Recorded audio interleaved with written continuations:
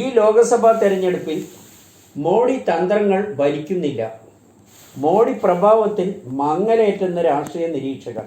2024 ലോക്സഭാ തെരഞ്ഞെടുപ്പിൽ BJP മോദി തന്ത്രങ്ങൾ മുൻകാലങ്ങളെപ്പോലെ ഭരിക്കുന്നില്ല. 2014 ഹിന്ദുരാഷ്ട്രം, രാമക്ഷേത്രം, വീടുകൾ തോറും 15 ലക്ഷം രൂപ, ഇന്ധനം, LPG വില കുറയ്ക്കും, സബ്സിഡി കൂട്ടും എന്ന് പറഞ്ഞ് ജനങ്ങളെ പറ്റിച്ചതെങ്കിൽ 2019 പുൽവാമ ശൗചാലയം പറഞ്ഞ് ജനങ്ങളെ പറ്റിച്ച് വോട്ട് വാങ്ങി. എന്നാൽ ഇത്തവണ പറയുന്ന മോദിയുടെ മോഹന വാഗ്ദാനങ്ങളൊന്നും ഏൽക്കുന്നില്ല.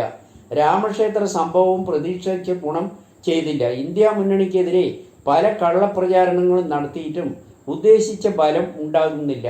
ചെപ്പടി വിദ്യകൾ ഒരുപാട് ഇറക്കിയിട്ടും അതൊന്നും വിലപ്പോയില്ല.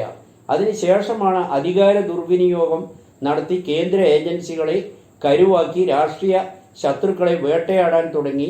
ഒരു മുൻ മുഖ്യമന്ത്രിയെയും ഡൽഹി മുഖ്യമന്ത്രിയെയും അഴിക്കുള്ളിലാക്കിയിട്ടും കോൺഗ്രസിനെതിരെയും രാഹുൽ ഗാന്ധിക്കെതിരെയും നെഹ്റു കുടുംബത്തിനെതിരെയും നിലവാരമില്ലാത്ത ആരോപണങ്ങൾ നിരന്തരമായി ഉന്നയിച്ചു വരുന്നു. അതും ഭരിക്കാതെ വന്നപ്പോൾ കോൺഗ്രസ് അധികാരത്തിൽ വന്നാൽ രാജ്യത്തെ മുസ്ലിം സ്ത്രീകൾക്ക് വീതിച്ചു കൊടുക്കുമെന്നും സ്ത്രീകളുടെ താലിമാലകൾ നഷ്ടപ്പെടുമെന്നും ഒരു കൂസലുമില്ലാതെ തട്ടിവിട്ടു. അത് ജനങ്ങൾ ഉൾക്കൊണ്ടില്ല. അവസാനം രാഹുലിനെ രാജകുമാരനാക്കി ഒളിച്ചോടി എന്ന് പറഞ്ഞ് പരിഹസിച്ചു. വയനാട് പത്രിക കൊടുത്താലും റായ്ബറേലിയിൽ പത്രിക നൽകിയാലും രണ്ട് മോദിയുടെ കണ്ണിൽ ഒളിച്ചോട്ടമായാണ് കാണുന്നതെന്ന് രാഷ്ട്രീയ നിരീക്ഷകർ പറയുന്നു. അപ്പോൾ ജനങ്ങൾ ചോദിക്കുകയാണ് മോദിയോട്, മോദി 2 മണ്ഡലങ്ങളിൽ മത്സരിച്ചപ്പോൾ അതും ഒളിച്ചോട്ടമല്ലേ എന്നാണ് രാഹുൽ ഗാന്ധി ഈ പ്രാവശ്യവും വയനാട് മത്സരിക്കുമ്പോൾ CPI നേതാവ് ആനി രാജയും പറഞ്ഞത്. രാഹുൽ ഗാന്ധി ഒളിച്ചോടി ഇവിടെ വന്ന് ഇന്ത്യ മുന്നണിക്ക് ദോഷമുണ്ടാക്കി BJPക്ക് എതിരായല്ലേ മത്സരിക്കേണ്ടതെന്നാണ് ചോദിച്ചത്. അതിന് വയനാടുകാർ തിരിച്ചു ചോദിക്കുന്നത്, താങ്കൾ ഡൽഹിയിൽ നിന്ന് ഒളിച്ചോടി വന്നതാണോ? ഇന്ത്യയിൽ എവിടെയെങ്കിലും CPMഉം CPIയും BJPക്കെതിരെ മത്സരിക്കുന്നുണ്ടോ എന്നാണ്. കോൺഗ്രസ് വയനാട് അടക്കം ഇന്ത്യ മുഴുവനും BJPക്കെതിരെ മത്സരിക്കുന്നുണ്ടെന്നും അവർ ചൂണ്ടിക്കാട്ടി. അതേപോലെ തന്നെ സംസ്ഥാന BJP അധ്യക്ഷൻ K. സുരേന്ദ്രനും പറഞ്ഞു രാഹുൽ ഗാന്ധി വയനാട്ടിലേക്ക് ഒളിച്ചോടിയെന്ന്. ധൈര്യമുണ്ടെങ്കിൽ UPയിൽ പോയി മത്സരിക്കട്ടെ എന്നാണ് ചോദിച്ചത്. ഇപ്പോൾ UPയിൽ പത്രിക കൊടുത്തപ്പോൾ അമേഠിയിൽ നിന്ന് ഒളിച്ചോടി എന്നായി K. സുരേന്ദ്രൻ. വയനാട്ടിൽ രാഹുൽ ക്വിറ്റ് വയനാട് എന്നാണ് ജനങ്ങൾ പറയുന്നതെന്ന്. ഈ പ്രാവശ്യം വയനാട്ടിൽ രാഹുൽ തോൽക്കുമെന്നും ആനി രാജയും സ്മൃതി ഇറാനിയും സുരേന്ദ്രനും മോദിയും പറഞ്ഞു. ഇവരുടെ ഭാഷയിൽ രാഹുൽ വയനാട്ടിൽ ജയിക്കില്ല എന്നുറപ്പാണ്. പിന്നെ എന്തിനാണ് റായ്ബറേലിയിൽ മത്സരിക്കുന്നത് എതിരെ വേവലാതിപ്പെടുന്നത് ഇവർ എന്നാണ് വയനാടുകാർ ചോദിക്കുന്നത്. രാജീവ് ചന്ദ്രശേഖരൻ ബംഗളൂരിൽ നിന്ന് തിരുവനന്തപുരത്ത് മത്സരിക്കുന്നത് ഒളിച്ചോട്ടമാണെന്ന് കോൺഗ്രസുകാർ പറഞ്ഞിട്ടില്ല എന്നും BJP തിരിച്ചറിയണമെന്നും രാഷ്ട്രീയ നിരീക്ഷകർ വിലയിരുത്തുന്നു. ഇന്ത്യ മുന്നണി പച്ച പിടിക്കുമോ? കേവല ഭൂരിപക്ഷം ലഭിക്കുമോ? മോദിയെ താഴെ ഇറക്കുമോ? കണ്ടു തന്നെ അറിയണം. ഇന്ത്യ മുന്നണി ഐക്യം വിജയിച്ചത് വലിയ കാര്യം തന്നെയാണ്. തുടക്കത്തിൽ തന്നെ അഭിപ്രായ വ്യത്യാസങ്ങളും ഭിന്ന സ്വരങ്ങളും ഉണ്ടായി. പല ഭാഗത്തു നിന്നും എതിർപ്പുകളും ഉണ്ടായെങ്കിലും അവസാനം ദൗത്യം വിജയിച്ചു എന്ന് തന്നെ വേണം കരുതാൻ. 28 രാഷ്ട്രീയ പാർട്ടികൾ ഒന്നിച്ചു. രാഹുൽ ഗാന്ധിയുടെ ജോഡോ യാത്രയും ന്യായയാത്രയും ഇന്ത്യ മുന്നണിക്ക് ശക്തി പകരാൻ കഴിഞ്ഞു. ജനങ്ങളും അതുതന്നെയാണ് വിശ്വസിക്കുന്നത്.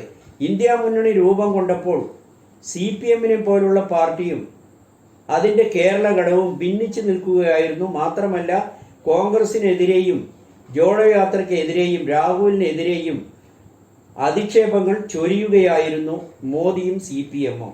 ഒരേ സ്വരത്തിലാണ് കോൺഗ്രസിനെതിരെ ഇവർ ആഞ്ഞടിച്ചത്. ഇന്ത്യ മുന്നണിക്കെതിരെ നരേന്ദ്രമോദിയും വേട്ടയാടുകയായിരുന്നു. ഇന്ത്യ മുന്നണി അഴിമതിക്കാരുടെ മുന്നണിയാണ്, നെഹ്റു കുടുംബാധിപത്യമാണ് തുടങ്ങി ആരോപണ ശരങ്ങളാണ് തൊടുത്തുവിട്ടത്. ഇതിനെല്ലാം അതിജീവിച്ചാണ് അത്ഭുതകരമായി മുന്നണി മുന്നോട്ട് പോയത്. പല സംസ്ഥാനങ്ങളിലും ഐക്യം നരേന്ദ്രമോദിക്ക് ഭീഷണിയുണ്ടാക്കി.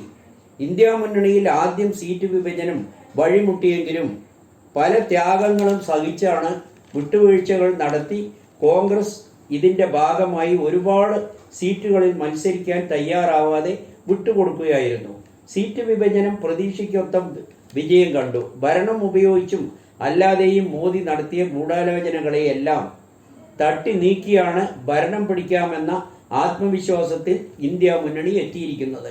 മോദി സർക്കാരിൻ്റെ യഥാർത്ഥ തട്ടിപ്പുകളും BJPയുടെ അടവു തന്ത്രങ്ങളും ജനങ്ങൾ തിരിച്ചറിയാൻ തുടങ്ങിയത് BJP ക്യാമ്പുകളിൽ ഭീതി ഉളവാക്കിയിരിക്കുകയാണ്.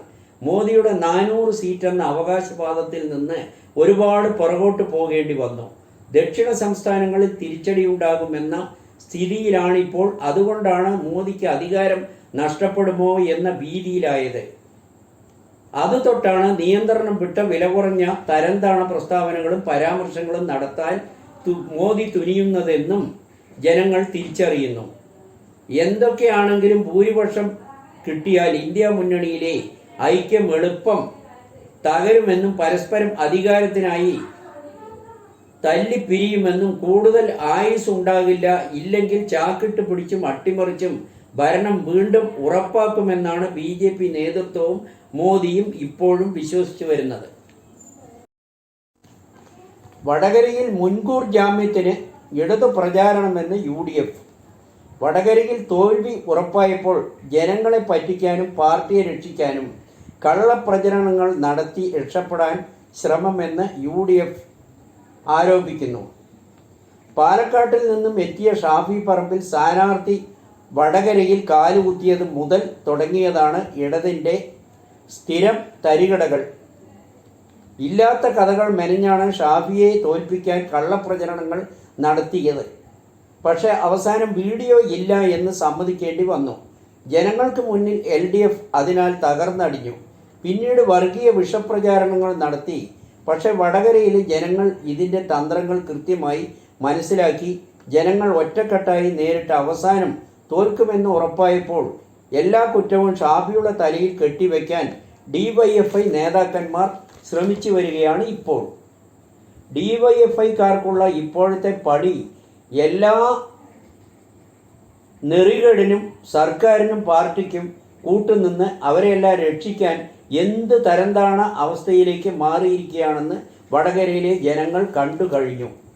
ഇടതു സ്ഥാനാർത്ഥിയെ അത്രയ്ക്ക് പ്രഗത്ഭനാണെന്ന് പറഞ്ഞ് അവരുടെ വിജയം ഉറപ്പാണെന്നും മുഖ്യമന്ത്രി അടക്കം പറഞ്ഞു. മുഖ്യമന്ത്രി പോലും വടകരയിൽ പ്രത്യേക യോഗം നടത്തി എല്ലാ സംവിധാനങ്ങളും ഭരണ സംവിധാനം സജ്ജീകരണങ്ങളും എല്ലാം ഒരുക്കിയിട്ടും എല്ലാം കുതന്ത്രങ്ങളും പുറപ്പെടുവിച്ചിട്ടും ഒന്നും അവിടെ നടപ്പിലായില്ല.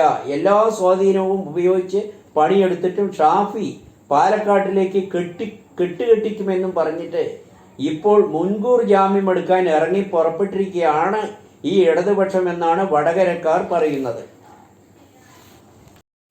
KSEB നിയന്ത്രണവും നിരക്ക് വർധനവും ഒരുമിച്ച്.